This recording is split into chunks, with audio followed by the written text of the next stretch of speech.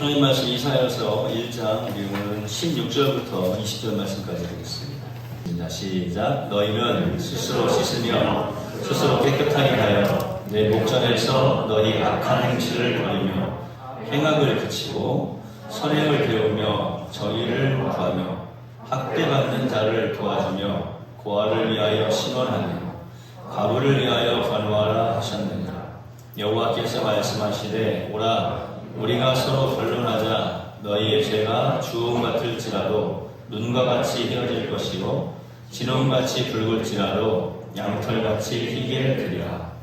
너희가 즐겨 순종하면 땅의 아름다운 소산을 먹을 것이요 너희가 거절하여 배반하면 칼에 삼켜지리라.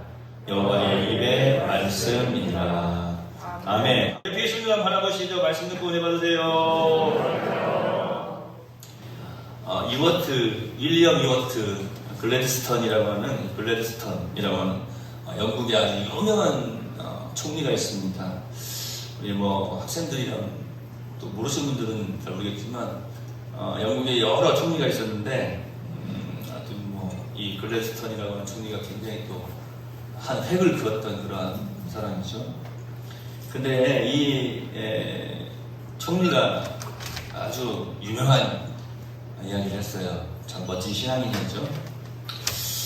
제가 이 영국 교회들을 이렇게 쭉 한 번씩 연구를 이렇게 해보면 저희는 이제 물론 신학을 하면서도 그렇지만 설교학을 공부를 하면서 영국에 유럽에 있는 학자들 또 미국 쪽, 남미 쪽, 또 아시아에 있는 여러 있는 학자들 이렇게 연구하는데 참 안타까운 것은 이 유럽 쪽에 있는 특별히 영국에 있는 이 교회들이 지금 보면 많이 이렇게 쇠퇴했어요.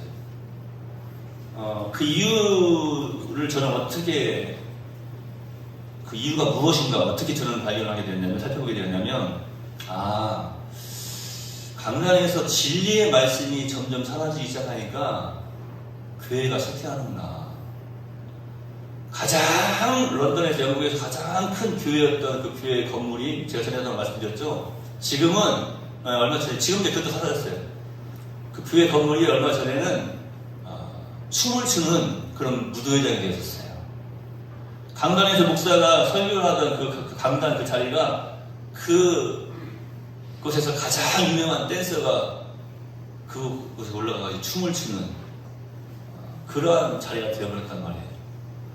교회가 사라지고 그 교회 건물을 사람들이 있어가지고 그곳에서 사람들이 술을 마시고 춤을 추고 무도회장이 되게 됐다라는. 물론 다 없어진 건 아니지만 많은 교회들이 없어졌어요. 요즘 여러분들 그런 뉴스는 관심이 별로 없을지 모르겠지만 지금 우리 대한민국에도요 교회들이 사라지고 있어요. 개척교회들도 물론 많이 없어지고 있지만 요즘 총회에서 어떤 이야기가 나오고 있는지 아세요?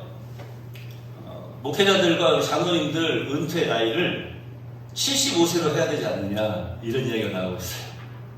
75세. 지금 만 71세인데 만 75세로 왜 그러냐 봤더니 이 시골 교회들은요 장로님들이 계시는 분들이 다 은퇴를 하시는 거예요. 그러니까 교회가 자체가 당회가 구성이 안 돼요.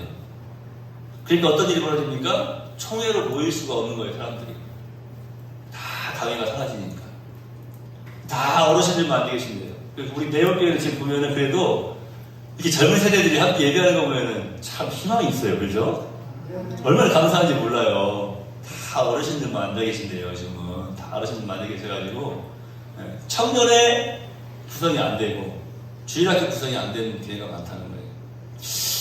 제가 그런 생각을 한번 해봤어요. 말씀 준비하면서도 하나님 우리 내월교회 강단에서는 주님 오시는 그 순간까지 늘 진리가 선포될 수 있도록 은혜를 더하여 주시옵소서. 이것도 은혜 아니에요? 사실은 우리가 찬양한 모든 것이 은혜 내 삶에 당연한 것 하나도 없었던 것은 우리 남자들의 지난번에 성탄절 때 모든 것이 은혜 하면서 찬양하셨던 것들이 생각나는데 왜 은혜 할 때를 고개를 이렇게 툭 돌리시는지 모르겠지만 하여튼 높은 데 올라갈 때 고개를 살짝 돌리고 하여튼 은혜예요, 이것도. 옆에 계시면 바라봅시다. 모든 것이 은혜입니다.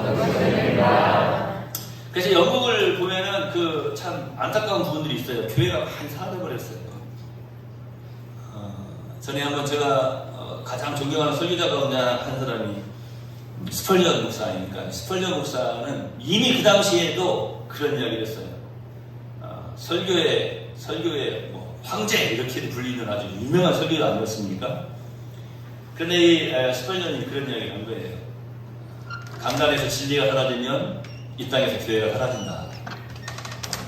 강단에서 예수님을 전하지 않고 이 강단에서 예배에 성공하자라고 하는 하나님의 영광을 드러내는 삶을 살아가자고 하는 그런 진리의 말씀이 선포되어지지 않으면 하나님 중심, 예수님 중심, 성령님 중심의 말씀이 선포되어지지 않으면 사람들의 마음속에 진리가 자리할 수 없기 때문에 그 사람들이 하나씩 흩어지기 시작하는 거예요. 그러다 보면 교회가 없어지는 거예요.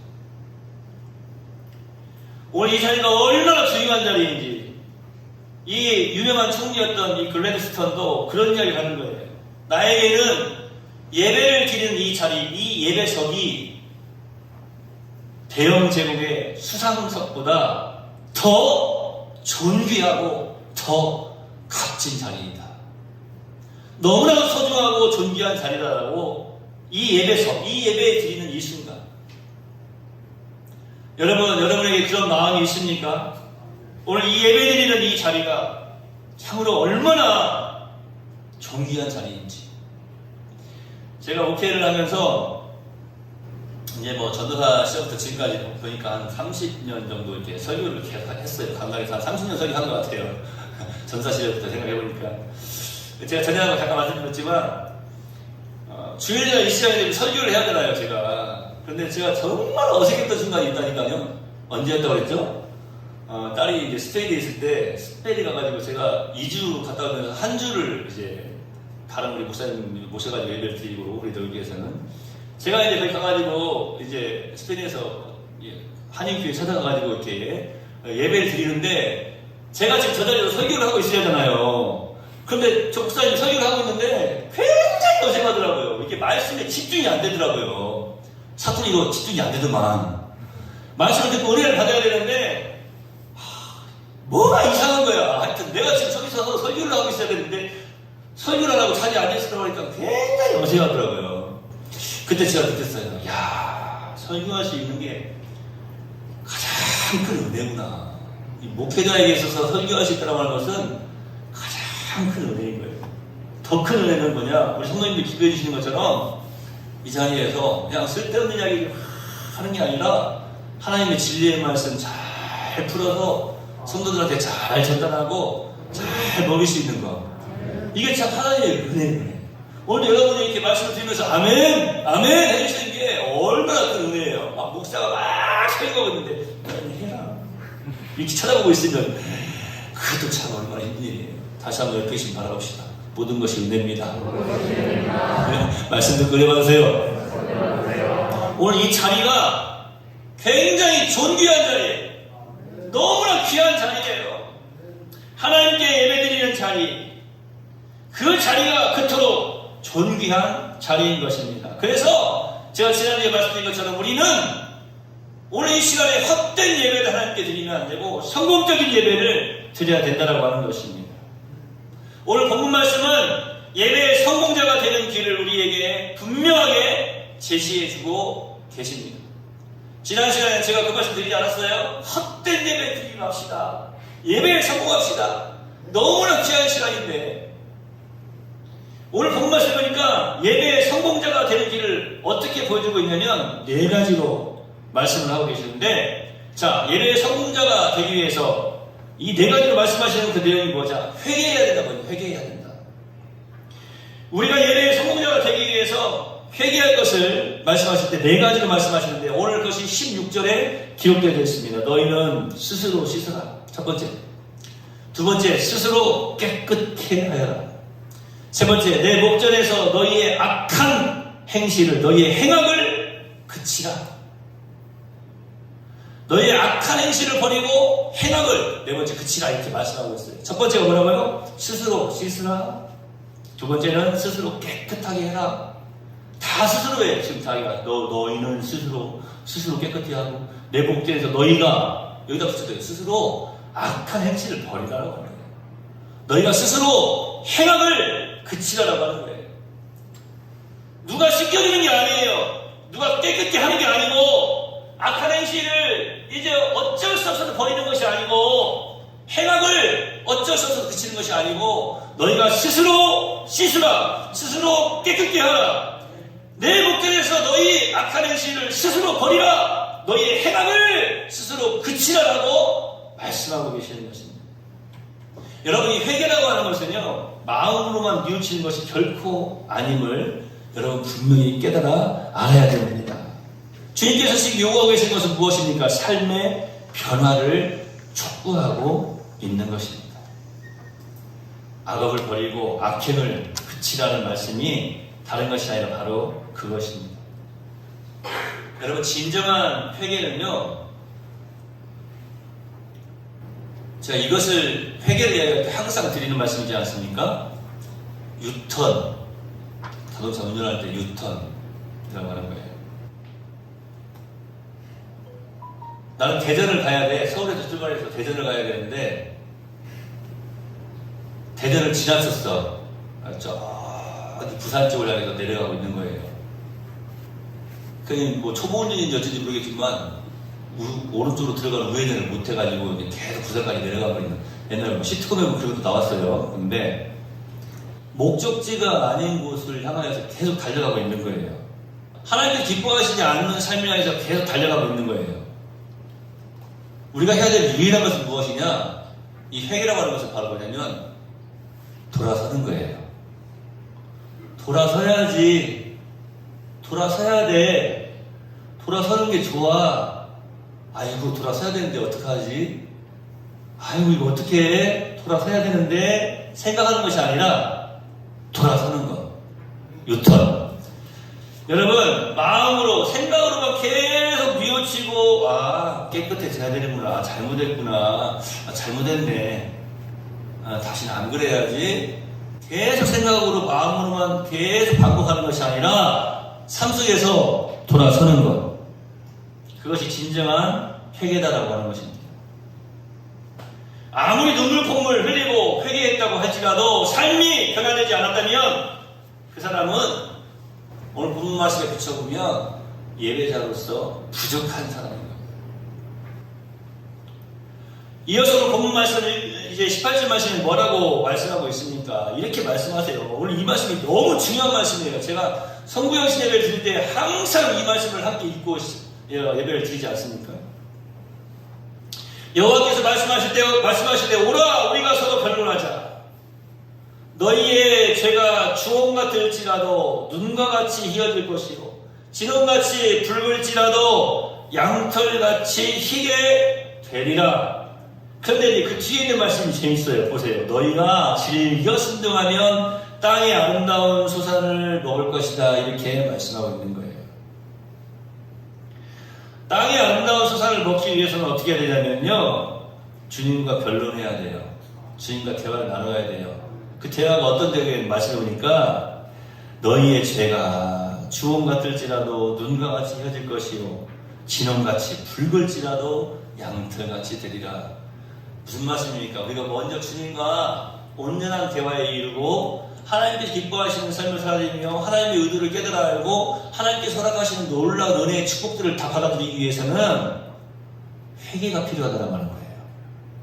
우리의 삶 속에 잘못된 부분들이 유턴. 그래서 하나님께 기뻐하시는 올바른 방향을 향하여서 나아가야 되는 거예요. 희찬이는 운전면허증 몇 살 때 따고 싶어? 20살 때 따고 싶으세요?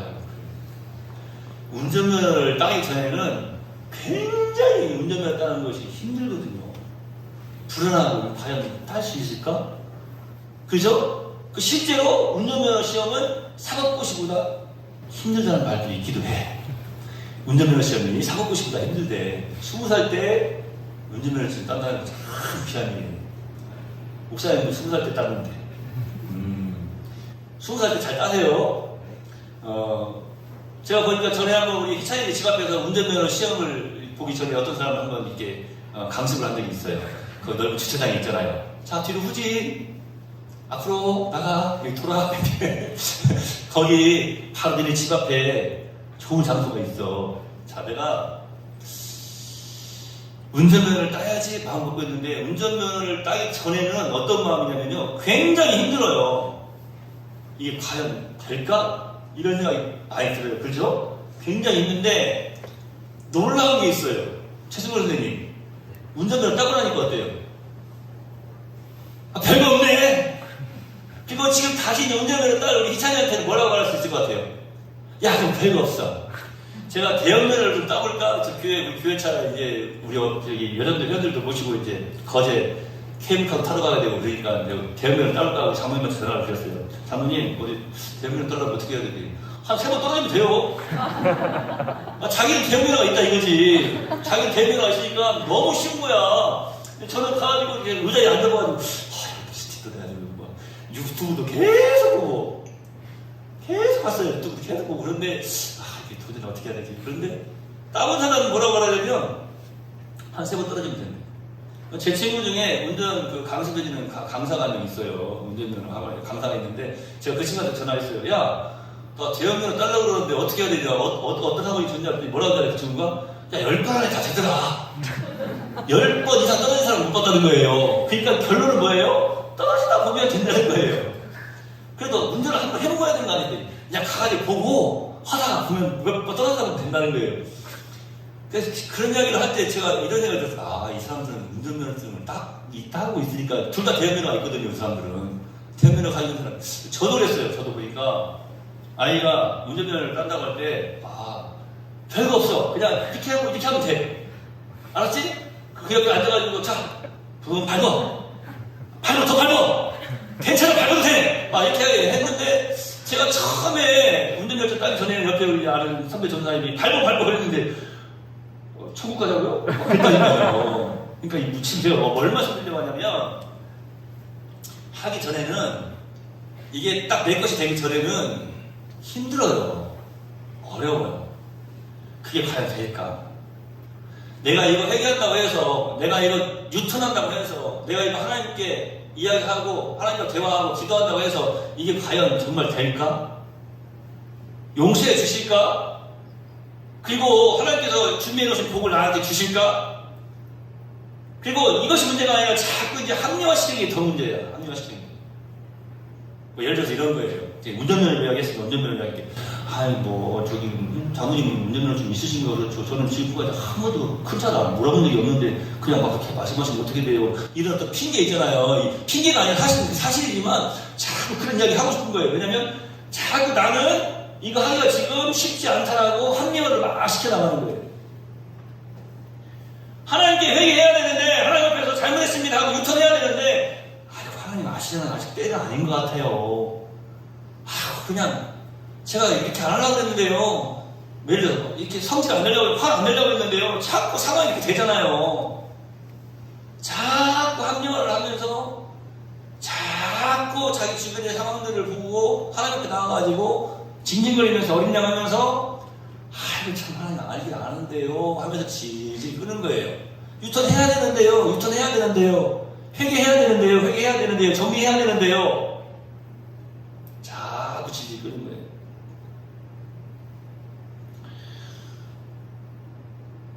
스무 살에 따십시오. 20살에 시작하면 제가 볼 때 3번 정도 떨어지면 될지도 모르지만 안 떨어지고 다른 사람도 있어요. 여러분, 지금 회개하십시오. 지금 유턴해야 돼요.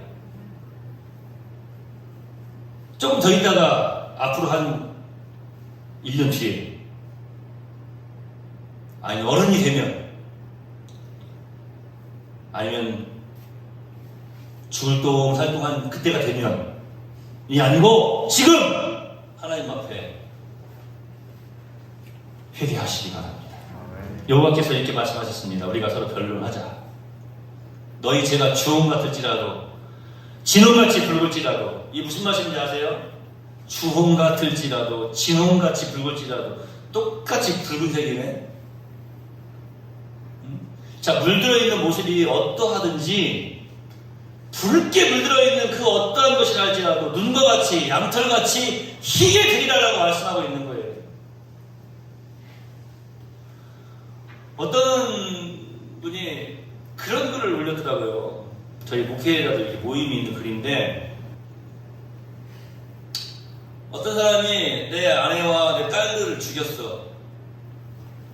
그 사람은 감옥에 가가지고 사형을 당하는 게 마땅해. 그 사람이 근데 감옥에 가더니 거기서 어떻게 예수님을 영접하게 됐어. 그러면서 저는 죽어도 마땅합니다. 맞습니다. 그래서 주님 죄송합니다 하고 유족들에게 죄송합니다 하면서 막 회개를 온전히 했어. 물론 이제 하나님께서 보실 때 온전해야 되죠. 그런데 그 고통을 당한 가족은 어떤 마음을 먹냐면, 그 사람도 크리스찬인데, 그 사람도 교회 다니고 하나님을 찾는데 어떤 마음을 먹냐면, 그 사람은 그래도 하나님이 구원을 안 해주셨으면 좋겠어. 여러분은 어떠세요? 이 사람 마음이 맞아요? 내 가족을 죽인 그 살인마는 그냥 하나님이 구원을 안 해주셨으면 좋겠어. 예수님 안 믿었으면 좋겠어. 이 마음이 맞아요? 틀려요? 맞죠? 그 마음이. 안 그래요? 정말 미워 죽겠는데 그 사람 예수님 믿고 구원받아가지고 천국 가면 어떡해? 그죠? 그게 우리 마음이에요. 우리 마음. 그런데요, 하나님께서는 뭐라고 말씀하시냐면, 주홍 같을지라도 진홍같이 붉을지라도 이렇게 말씀하세요. 알 수가 없는 거예요. 우리가 하나님께 원망하셨어요. 하나님, 왜 어떻게 세상에 그런 사람이 예수 믿게 만드십니까? 왜 그런 사람을 택하셨습니까? 이렇게 원망할지 몰라요. 그런데 그렇게 원망하는 눈은 있고 그렇게 원망하는 이성은 있는데, 정작 나를 바라볼 수 있는 눈은 없고 나를 바라볼 수 있는, 진실되게 바라볼 수 있는 이성은 없는 거예요. 하나님은 모든 사람에게 이렇게 말씀하신 거예요. 너희 죄가 주홍 같을지라도 진홍같이 붉을지라도 양털같이 눈과 같이 희어지고 깨끗하게 씻어 주겠다라고 말씀을 해 주셨습니다. 문제는 뭔지 아세요? 눈과 같이 희어지고 양털같이 깨끗하게 될 수 있는 사람들이 얼마나 있느냐라고 하는 거예요. 오늘 이 자리가 왜 복된 자리라고 말씀드리는지 아십니까? 적어도 우리가 이렇게 예배를 드리는 이 자리는요, 이 예배를 드리는 이 예배자들은요, 이미 하나님께로부터 깨끗하게 씻음을 받은 자예요. 예수 그리스도의 피로 말미암아 온전하게 씻김을 받은 사람들이 비로소 이 예배의 자리에 앉을 수 있다. 여러분, 그런 자부심이 좀 있어야 되지 않겠습니까? 하나님 살아계심에 대한 자신감을 가지라고 늘 우리가 외치지 않습니까? 예수님의 피로 말미암아서 제 씻음 받고 깨끗하게 되지 않았다면 어떻게 하나님 살아계심에 대한 자신감을 가질 수 있겠어요? 적어도 우리가 구원받은 하나님 백성들이라면 하나님 살아계심에 대한 자신감을 가져야죠. 나약한 자로서의 삶을 살아가는 것이 아니라 하나님 살아계심을 깨달아 알고 능력 있는 삶을 살아드리고, 우리 하나님 살아계심을 깨달아 알고 성공적인 예배를 드리는 하나님의 백성들이 되어야 되지 않겠습니까? 미가서 7장 18절에도 이런 말씀이 있습니다. 주와 같은 신이 어디 있으리까? 주께서는 죄악을 사유하시며 그 기업에 남은 자의 허물을 넘기시며 인애를 기뻐하심으로 노를 항상 품지 아니하시나이다. 다시 우리를 긍휼히 여기셔서 우리의 죄악을 발로 밟으시고 우리의 모든 죄를 깊은 바다에 던지시리다. 할렐루야. 여러분, 제가 얼마 전에 아내가 이야기를 하길래 한번 그 드라마를 봤어요. 앞으로 읽어도 우영우, 뒤로 읽어도 우영우, 제 이름 우영우입니다. 무슨 이상한 변호사가 우영우를 해요. 요즘은 이상한 나라에 뭐 앨리스처럼 이상한 수학자도 있고 이상한 나라에 변호사도 있고 막 그러는 것 같은데 하여튼 우영우 우리가 화둥이가 되게 좋아하네. 우영우 당연히 우영우가 누군지 아세요? 모르시죠? 우영우라는 이름의 우영우. 그 친구가 저 다 안 봤어요. 근데 어떤 편을 잠깐 보니까 그 친구가 이런 이야기를 해요. 제가 지금 깊은 바다 이야기 했잖아요. 그래서 그걸 끄집어냈어요. 사람들이 달나라에는 가잖아요. 그런데 달나라를 가서 달에 착륙해보고 달 우주를 연구를 하는데 실제로 지금 지구상에 있는 가장 깊은 바다까지도 못 들어가 봤대요. 그러면서 뭐라고 하냐면 그 우영우라는 친구는 이 사람은 고래를 되게 좋아해요. 고래를 되게 좋아해요. 근데 과자는 고래밥 먹는 걸 한 번도 못 봤어요. 하여튼 고래를 되게 좋아하는데 그 깊은 바다에서 고래가 새끼를 낳는 거를 한 번도 지금 사람들이 본 적이 없다고 하는 거예요. 그리고 더 깊은 바다 속에는 무엇이 있는지를 모른다는 거예요. 그러니까 달까지는 사람들이 갔는데 가장 깊은 바닷속까지는 못 갔다라고 하는 거예요. 제가 그 이야기를 들으면서 그런 생각을 했어요. 야, 참 하나님 말씀이 참 멋져. 우리 하나님이 달이 있고 태양이 있고 저 은하계가 있는 걸 모르시는 하나님 아니시죠? 다 창조하신 하나님이시니까. 그런데 사람들이 이해할 수 있는 것을 가져다가 설명을 하시는 거예요. 예수님도 똑같으세요. 예수님께서도 항상 비유를 하시잖아요. 공중에 나는 새를 봐라, 들에 핀 백합화를 봐라, 이런 표현들을 하시는데 비유를 들어서 말씀하시는데 오늘 이 말씀 보세요. 이 미가 선지자를 통해서 말씀하시는 것도 그래요. 우리 죄를 바다에 던져 넣으신대요. 그런데 어떤 바다냐면 깊은 바다. 저 깊은 바다에 던져 넣으셨다. 그 깊은 바다에 던져 넣어 버리신다라고 말씀을 하시는 거예요. 그 누구도 가보지 못한 그 깊은 바다에. 그리고 또 뭐라고 말씀하실까? 너희 죄를 너희가 회개하면 내가 용서해 주는데 너희 죄를 뒤로 던져버리고 기억하지도 않겠다라고 말씀하십니다. 자, 여기서 깨달아야 돼요. 우리 하나님께서는 우리는 자꾸 이거 회개해도 될까? 이게 내가 회개할 수 있을까? 좀 이따 하면 안 될까? 다음에 하지 뭐. 자꾸 이렇게 미루고 뭐 이런 삶을 살아가는데 하나님은요, 우리가 회개하기만 하면 깊은 바다에 던져버리시고 기억조차 하지 않으시겠다라고 말씀하시는 거예요. 여러분, 제가 오늘 이 회개를 굉장히 강조하는 이유가 있어요. 우리가 하나님께 영광을 올려드리는 자리가 이 예배의 자리 아닙니까? 우리가 이 예배를 성공하기 위해서는요, 회개하지 않고는 예배에 성공할 수가 없는 거예요. 제가 회개를 이야기할 때에 꼭 하는 이야기가 있지 않습니까? 어떤 부부가 아이가 없었어요. 그래서 한 아이를 이제 고아원에서 이제 입양을 했어요. 요즘은 뭐 고아원이 아니라 이제 입양을 단체를 기관을 통해서 입양을 하죠. 그러니까 옛날 이야기입니다. 잘 들어보세요. 또 막 끝나고 나면 요즘은 고아원에서 입양 안 해요. 목사님 그러지 마시고 자 이제 아이를 한 명을 입양을 했는데 그 아이가 올 때 이제 신고 왔던 신발이랑 옷 이런 것들이 이제 잘 보관을 해놨어요.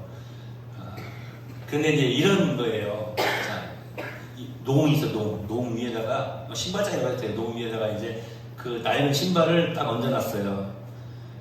그 이제 좋은 의미로 얹어놨으면 좋은데, 이제 이게 앞으로 이제 문제가 생긴 거예요. 어떤 문제가 생겼냐. 이 애가 집에 와가지고 내 자녀가 됐는데, 말을 안 들어. 에? 말을 안 들으면 너 그렇게 하면 안 돼? 했는데 또 말을 안 들어. 그거 어떻게 해요? 이리 와. 너희가 앉아.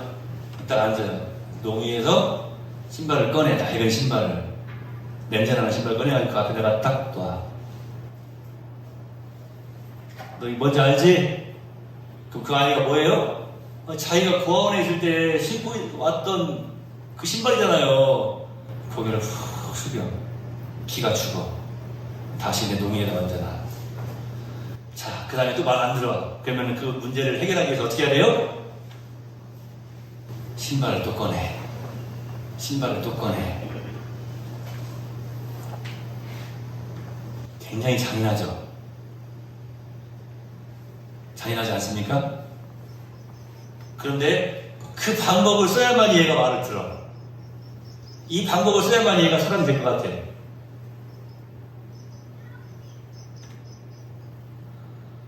우리 하나님은요, 그런 하나님이 아니세요. 우리가 한번 하나님 정말 그거 잘못했습니다. 우리의 삶 속에서 완전 유턴하고 우리의 삶의 변화가 생기잖아요. 야, 너 2003년 몇월 며칠 전도 그거 낡은 신발을 다시 꺼낸다고 우리 앞에 놔요? 안 그러신다고요. 낡은 신발을 자꾸 잔인하게 우리 앞에 끌어다 놓고 우리에게 보여주는 그 짓거리를 하는 인물이 딱 하나 있죠. 사탄 마귀입니다. 하나님께서는 깊은 바다에 던지시고 기억도 하지 아니하시는데 자꾸 이 마귀 녀석이 충동기를 해요. 2003년 몇 월 며칠, 2013년 몇 월 며칠, 1980 몇 년 몇 월 며칠, 또 20년 전에, 30년 전에 몇 월 며칠, 10년 전에, 어제 회개하기 이전에 했던 그 범죄함을 자꾸 생각나게 하는 거예요. 그리고 다시 또 하나님께 나아가는데 방해가 되죠. 우리 하나님은 깊은 바다에 던지시고 기억도 하지 아니하신다라고 말씀드렸습니다. 여러분, 오늘 제가 여러분에게 놀라운 축복으로 축복합니다. 예수의 이름으로 여러분이 회개하면 주홍 같을지라도 진홍 같을지라도 양털같이 깨끗하게 씻어주신다 약속하신 주님의 말씀을 믿으시고 여러분은 깨끗한 하나님의 백성임을 잊지 마시기를 예수님의 이름으로 축원해 드립니다. 내가 그때 잘못했기 때문에 너무 가슴이 아파. 그렇게 하지 마세요. 제가 볼 때 그거는 하나님을 짜증나게 하십니다. 짜증나게. 시편 103장 8절에서부터 14절 말씀에도 이런 말씀이 기록되어 있어요. 제가 찾아서 읽어드릴게요. 여러분 성경 가지고 오신 분들은 103편 한번 찾아보세요. 시편 103편 8절부터 제가 읽어드리겠습니다. 여호와는 긍휼이 많으시고 은혜로우시며 노하기를 더디하시고 인자하심이 풍부하시도다. 자주 경책하지 아니하시며 노를 영원히 품지 아니하시리로다. 우리의 죄를 따라 우리를 처벌하지는 아니하시며 우리의 죄악을 따라 우리에게 그대로 갚지는 아니하셨으니 이는 하늘이 땅에서 높은 같이 그를 경외하는 자에게 그의 인자하심이 크심이로다. 동이 서에서 먹은 것 같이 우리의 죄과를 우리에게서 멀리 옮기셨으며 아버지가 자식을 긍휼히 여긴 같이 여호와께서는 자기를 경외하는 자를 긍휼히 여기시나니 이는 그가 우리의 체질을 아시며 우리가 단지 먼지뿐임을 기억하심이로다. 아멘. 하나님은 지금도요 회개하는 예배자를 찾고 계십니다. 진정으로 회개하는 자만이 성공적인 예배자가 될 수 있기 때문입니다. 여러분, 성공적인 예배자가 되기 위해서 회개가 반드시 필요하고, 그리고 이어서 여러분 성공적인 예배자가 되기 위해서는 그 회개가 어떤 회개가 된다는 말씀드렸어요? 온전한 유턴, 삶에서의 회개. 그래야 이 예배가 성공적인 예배가 될 수 있는 것입니다. 여러분, 우리 모두 성공적인 예배가 됩시다. 다음 주간에도요 예배드리러 오시면은 혹시 물론 범죄하지 않아야 되지만 혹시라도 범죄한 게 있으면 오늘 이렇게 예배 드리기 전에 주인전으로 불러주신 이유가 있어요. 이 예배를 기뻐 받으시기 위해서 불러주셨잖아요. 그러니까 이 예배를 기뻐 받으시는 우리가 성공적인 예배 드리기 위해서 뭐 해야 된다고요? 먼저 회개해야 돼요. 혹시라도 오늘 말씀해보니까 또 성공적인 예배 드리기 위해서 우리가 해야 될 것이 있습니다. 이건 좀 짧게 말씀드릴게요. 선을 행해야 됩니다. 여러분, 하나님과 관계가 회복되는 것이 뭐냐면 회개예요. 회개. 이 회개가 하나님과의 관계가 회복되는 것이라면 선을 행하는 것은 뭔지 아세요? 회개는 하나님과 나와의 관계가 회복되는 것. 우리가 선을 행하는 것은 이웃과 나의 관계가 회복되어지는 거예요. 오늘 이사야서 1장 17절 말씀을 보면 선행을 배우고 정의를 구하며 학대받는 자를 도와주며 고아를 위하여 신원하며 과부를 위하여 변호하라 라고 말씀을 하고 계십니다. 이 선행, 하나님의 자녀들이 마땅히 배워야 되는 삶의 모습입니다. 우리 하나님의 자녀들은요, 악한 것에는 정말 미련하고, 바울이 로마서에서 고백한 것처럼 선한 것에는 정말 지혜로운, 그 뱀과 같이 지혜로우라고 했어요. 선한 것에는 아주 지혜로운 자가 되라라고 말씀하고 있지 않습니까? 우리 하나님의 백성들이 배워야 되는 것이 바로 선행입니다. 특별히 연약한 이들을 돌보는 일 굉장히 중요합니다. 우리의 삶 속에 보면은요, 우리가 선행을 하잖아요. 그런데 이제 조심해야 될 것이 있어요. 뭐가 있냐면, 겸손을 이야기할 때 제가 그 말씀 드리지 않습니까? 겸손에 대해서, 우리가 겸손해야 된다 그러는데, 내가 이 정도 하면 겸손한 거지? 라고 생각 드는 순간 그것은 교만이에요. 정말 겸손한 사람은 겸손이 뭔지 몰라요. 정말 교만한 사람도 마찬가지예요. 정말 교만한 사람은 자기가 교만한지를 몰라요. 그러니까 교만을 막 행하는 거예요. 그것이 악한 건지를 모르니까, 교만인지를 모르니까. 겸손도 마찬가지예요. 정말 겸손한 사람은 자기가 겸손하는 것이 뭔지를 모르는 거예요. 이제 선행도 마찬가지예요. 제가 보니까 어떤 모습이든지 선한 일을 해가면 그것이 결국에는 나한테 이렇게 돌아오더라고요. 그런데 이제 이게 문제라니까 어떤 문제냐면 내가 이렇게 하면 나중에 나한테 이렇게 되겠지? 이런 어떤 내 선행에 대한 기대, 이런 게 이제 안 될 때는 막 실망하게 되고, 또 실망 이상의 어떤 막 뛰어넘어가지고 실망을 뛰어넘어서 막 그 이상의 어떤 막 서운함과 이런 어떤 모습들이 나타나게 되는데, 그러다 보면 막 원망도 하고 뭐 짜증도 낼 수도 있고 그런데요. 하나님께서는요, 이 선행을 그냥, 하나님 백성들이 할 만한 이 선행을 그냥 넘기시지 않습니다. 꼭 기억하고 계십니다. 저도 지금까지 보니까요, 어떤 선을 행하면 틀림없이 그 선행이 나에게 혹은 내 가족들에게 틀림없이 돌아오더라고요. 여러분, 착한 일 많이 하십시오. 제가 전에 한번 아주 오래됐죠? 우리 선생님들이 학생 시절 때 그렇게 말씀드리지 않았습니까? 길을 가다가, 요즘은 거지라고 하면 좀 그런데 표현이, 옛날에는요, 진짜 길 가다 보면 이렇게 엎드려가지고 이렇게 앞에 그릇 하나 놓고 이렇게 엎드려가지고 구걸하고 있는 사람도 있었어요. 그걸 한 번이라도 봤냐, 기죠? 한 번도 못 봤지? 요즘은 없어. 또 좋은 동네 한다, 공동이. 거지가 없는 동네에 살고 있네. 내월리에서도 한 번도 못 봤지? 참, 내월리 참 좋은 동네예요. 거지가 없는 동네. 그러니까 가면 이렇게 엎드려, 서울에 혹시 봤어요? 혹시 여기에, 서울은 그렇게 좋은 동네가 아니야. 그러고 보면 가난한 동네야. 거기 보면 거지가 있어. 거기 있는데, 이게 모르고 이렇게 그거를 해요. 예, 그것도 이제 변천사가 있죠? 처음에는 그냥 엎드려 있었어요. 근데 요즘은 노래도 부르고, 물건도 주고, 그러면서 하는 사람도 있는데, 지나갈 때 그냥 지나가지 말고 정말로 1,000원짜리라도 하나 꼭 드리고 가라. 그러면 그렇게 얘기하면 꼭 이렇게 반문을 하는 학생들이 있어요. 뭐라고 말하냐면, 목사님, 저 사람이 스스로 일을 해서 먹고 살아야죠. 우리가 자꾸 도와주면 저 사람이 계속 그냥 구걸만 살 거 아니에요. 제가 물어봐요. 너 1,000원이 아까워서 그런 거 아니지? 야, 뭐 1,000원이 뭐 아까워요? 그럼 그냥 1,000원 드려. 그냥 그렇게 이야기해. 네 생각 그냥 하지 말고, 네가 볼 때, 내가 1,000원, 나한테 보여주신 것은 내가, 1,000원이라도 있으면 1,000원이라도 드려야 되겠구나. 너한테 보여주신 이유가 있어. 그걸 너한테 하라고 하는 거야. 제가 그런 이야기를 했거든요. 요즘은, 우리 학생들, 청년들도 그렇고, 수련회 같은 데 가도 아무리 돌아다녀봐도 이렇게 구분하는 분들은 안 계세요. 그런데 한번 어떤 일이 있었느냐, 우리, 청년들이랑 한 게 격포에 갔다 오는데, 그 격포 이제 방파제를 갔다 나오는데, 거기에 실제로 어떤 분이 음악을 틀어놓고, 구걸을 하는 분이 계셨어요. 놀랍게도 복음성가를 틀어놓고 있으셨어요. 저는 이제 지나가면서 이제 봤어요. 서 있었어요. 그러니까 애들이 저를 보면서 목사님 왜 서 계시지? 하면서 가더라고요. 쭉 가요. 그냥 10대 명 갔어요. 그때 청년들이 뭐라 낚시도 하고 그랬어요. 쭉 그냥 지나가는 거예요. 한 명도 1,000원도 안 주고 가는 거야.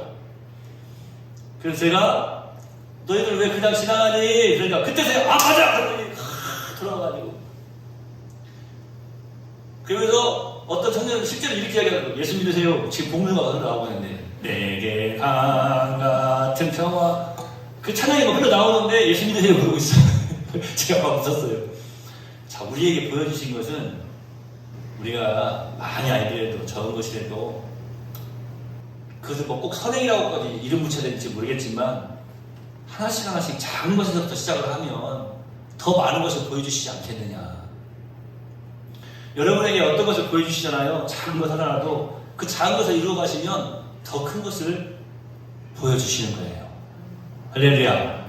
여러분, 겸손하게 하나님과 함께 행하는 것이 뭔지 아십니까? 선행입니다. 선행. 예수님과 함께 행하는 것이 선행이에요. 스탠퍼드 대학에 다니는 두 학생이 있었는데 정말로 가난했어요. 근데 이제 학비를 낼 수 없을 정도로 이제 아주 힘들고 어려운 삶을 살아가는데 이 두 학생이 이것을 이제 해결할 수 있는 방법으로 폴란드가 그 당시에 나온 세계적인 피아니스트가 있었어요. 성현이 꿈 피아니스트. 파데레브스키라고 하는 이 파데레브스키. 하여튼 이쪽에 폴란드가 이쪽에 사는 사람들은 뒤에다가 스키자를 많이 붙여요. 스키자를. 파데레브스키. 하여튼 이놈 스키 하여튼 피아노 잘 쳤는데 그분이 세계적으로 유명한 피아니스트였는데 이 사람을 이제 초청을 해가지고 음악회를 열면은 그 수익금이 생길 것이다. 그걸 우리가 좀 학자금을 마련하자. 그런데 이제 이 학생들이 피아니스트한테 이야기를 했어요. 출연료로 $2,000를 드릴 테니까 와서 공연을 좀 해주시고 정말로 우리가 또 그 남은 수익금으로 좋은 일을 좀 하려고 합니다. 이제 이렇게 이야기하면서 이제 초청을 해가지고 모시고 온 거예요. 이 파데레브스키가 이제 와가지고 연주에 멋지게 한 거예요. 그런데 피아니스트에게 이제 출연료로 $2,000를 드리고 나머지로 이제 학비도 좀 하고 이렇게 좀 좋은 일 하려고 했는데 수익금이 $1,600만 들어왔어요. 그러니까 달러라고 하니까 좀 자 200만 원 이제 출연료로 드리고 나머지를 이제 좀 이렇게 사용하려고 했는데 160만 원만 들었다 생각하시면 돼요. 뭐 이제 뭐 매니저 계약금뿐만 아니라 뭐 장소 대여료 뭐 이런 것들까지 다 따져보니까 이제 뭐 거의 마이너스인 거죠. 그래서 어쩔 수 없다라고 하는 이제 그런 마음으로 이 파데레브스키한테 편지를 보내면서 아까 말한 160만 원을 보내면서 나머지 40만 원은 제가 빌려서라도 꼭 앞으로 살아가면서 갚겠습니다. 이런 편지를 보내면서 160만 원만 보내드린 거예요. 예를 들어서. 그런데 이 모든 이야기를 나중에서야 이들이 왜 이런 음악회를 열었고 어떤 상황에 있었는지를 나중에서야 이 피아니스트가 듣게 된 겁니다. 그래서 다시 이 가난한 학생들한테 받은 이 160만 원, 이제 1,600달러라고 합시다. 160만 원 들고 되는 이 돈을 다시 다 전액을 그 당시 사실 뭐 적은 돈이 아니지만 다 보내주면서 돌려주면서 몇 자 적었어요. 이번 음악회가 적자 운영이었던 점에 대해서 크게 염려하지 마십시오. 실망도 하지 마십시오. 저는 피아노 연주를 하는 것 자체만으로도 너무 행복했고 그리고 이 $1,600 다시 여러분에게 돌려보내니까 학비에 유용하게 사용하시기 바랍니다. 뭐 다른 사람들한테 알린 것도 아니고 그냥 그 학생들에게 그대로 다시 돌려보내줬습니다. 그 일이 일어난 다음에 많은 시간이 흘렀는데 이 파데레브스키라고 하는 이 피아니스트가 나중에 이 폴란드 그 당시 공화국 폴란드의 대통령이 되었어요. 그런데 이 파데레브스키가 대통령이 되었을 때에 우리가 잘 알고 있는 세계대전이 일어났습니다. 그래서 전 유럽이 이제 굶주림에 허덕이게 되어서 이 파데레브스키가 이 심각한 기아 문제를 해결할 방법은 딱 하나, 미국에서 식량 원조를 미국에 요청해가지고 미국에서 우리한테 식량을 보내줘야만이 살 수가 있는 거예요. 그래서 미국에 이제 내가 식량 요청을 좀 해야 되겠다. 뭐 물론 자존심 상하는 일이긴 하지만 어쩔 수 없잖아요. 먹고 살려면. 그러니까 식량 요청을 딱 하려고 하는데 놀라운 일이 발생됐어요. 벌써 많은 식량이 폴란드에 이미 그 공항에 도착해 있는 거예요. 그래서 이 피아니스트였던 이 파데레브스키가 이제 그 식량을 일단 급한 상황이니까 그걸 뭐 다 얼굴 풀어가지고 그 기아 문제를 그 굶주림을 다 이제 해결을 했습니다. 그리고 난 다음에 시간이 지난 다음에 너무 감사하잖아요. 그 당시에 미국의 대통령이 누구였냐? 31대 대통령이었던 후보라는 사람이었어요. 후보 대통령이었는데 찾아갔어요. 직접 찾아가가지고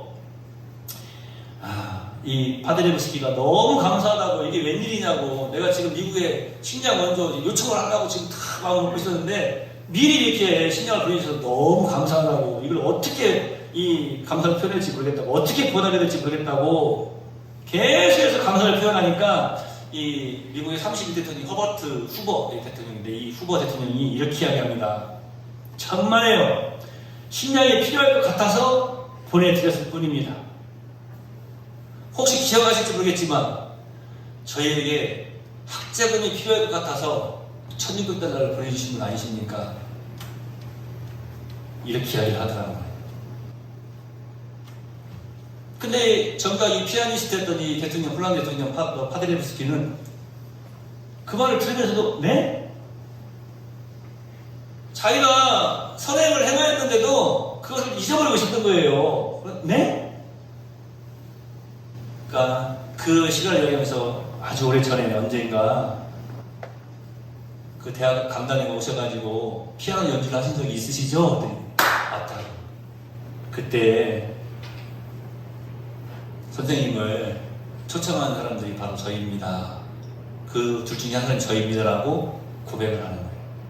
그때 저는 정말 어려움에 처해 있었지만 저에게 보내주신 그 사랑을 힘입어서 공부를 무사히 마칠 수 있었습니다. 오히려 제가 감사합니다. 이렇게 폴란드라고 하는 나라를 도울 수 있고 다시 선생님의 그 선에게 보답할 수 있는 기회를 주셔서 또 감사드립니다. 선을 행하니까 그 보답을 받은 것이다라고 저는 생각합니다. 제가 이 두 사람 이야기를 꽤나 길게 거의 한 3분 이상 설명을 해드린 이유가 있어요. 여러분에게 보여주시는 것은 여러분이 할 수 있기 때문이에요. 그리고 그 선을 행하는 것은 내가 하는 것이 아니고 아까 말씀드렸죠? 하나님께서 나와 지금 함께 하시는 순간입니다. 우리 예수님께서 나와 함께 행동하시는 순간이에요. 그 순간을 놓쳐버리지 말자라고 하는 거예요. 얼마나 귀한 일입니까? 그것을 하나님께서 나와 함께 하시면서 나는 기억을 못할지라도 하나님은 기억하고 계신다라고 하는 거예요. 그래서 그 선행이 나에게 돌아오게 하신다라고 하는 것입니다.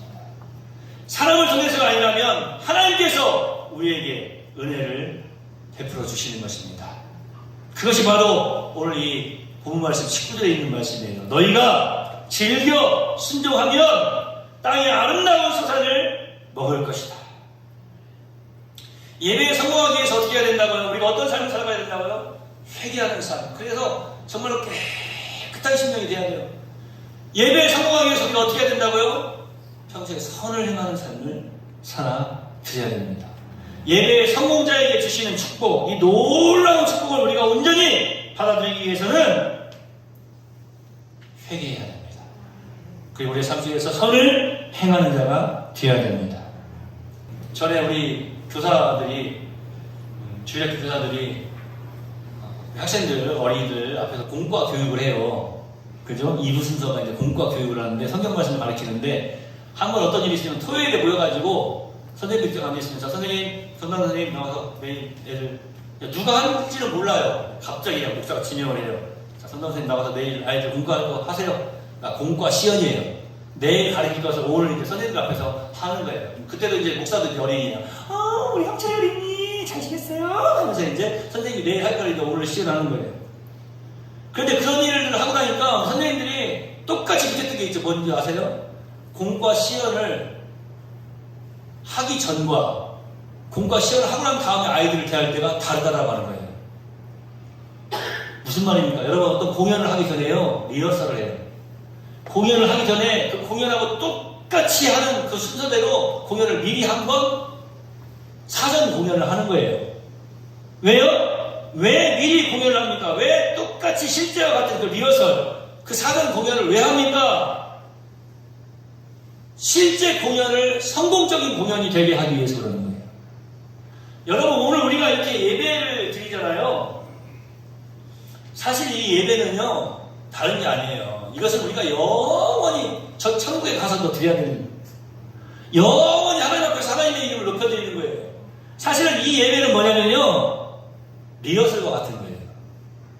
실제 천국에서 온전함으로 하나님께 영광을 올려드릴 수 있는, 하나님을 예배할 수 있는, 하나님을 찬양할 수 있는 그 실제 공연을 위해서 사실 우리가 지금 사전 공연하고 있는 거예요. 리허설하고 있는 거예요. 이 땅에서의 예배의 성공자가 될 때에 비로소 천국에서도 성공자가 될 수가 있는 것입니다. 여러분, 예배는 하나님의 축복을 내 것으로 만드는 그릇과도 같은 거예요. 깨끗한 그릇 되셔야 돼요. 제가 지난주에 말씀드리지 않았습니까? 정말로 맛있는 음식을 담아서 주고 싶은데 담을 그릇을 딱 보니까 그릇이 너무 더러워. 못 받아 먹어요. 어떻게 깨끗해진다고요? 회개해야 됩니다. 하나님께서 우리를 너무 사랑하셔서, 우리가 너무 이뻐서, 너무너무 사랑스럽고 이뻐서 귀한 선물을 준비해 주셨어요. 그런데 그것을 받을 만한 그릇이 못 돼요. 그거 어떻게 따먹따먹 다 받아 먹을 수 있다고요? 선행을, 선한 일을 행하시기 바랍니다. 하나님 기뻐하시는 선한 일. 이렇게 회개하고 선행을 행하는 사람이 드리는 예배가 우리 하나님께서 기뻐 받으시는 성공적인 예배가 되는 것입니다. 여러분, 성공적인 예배가 되어서, 예배자가 되어서 넘치는 축복을 받아들이시는 우리 네월 성도들이 다 되시기를 예수님의 이름으로 축원해 드립니다. 잊지 마세요. 다음 주에 예배 드리러 오시면 제일 먼저 회개할 것이 무엇이 있는지 생각해 보시기 바랍니다. 이 한 주간을 살아가면서 내가 선행을 행할 때, 나한테 보여주신 거 보니까 지금 하나님이 나와 함께 하시네.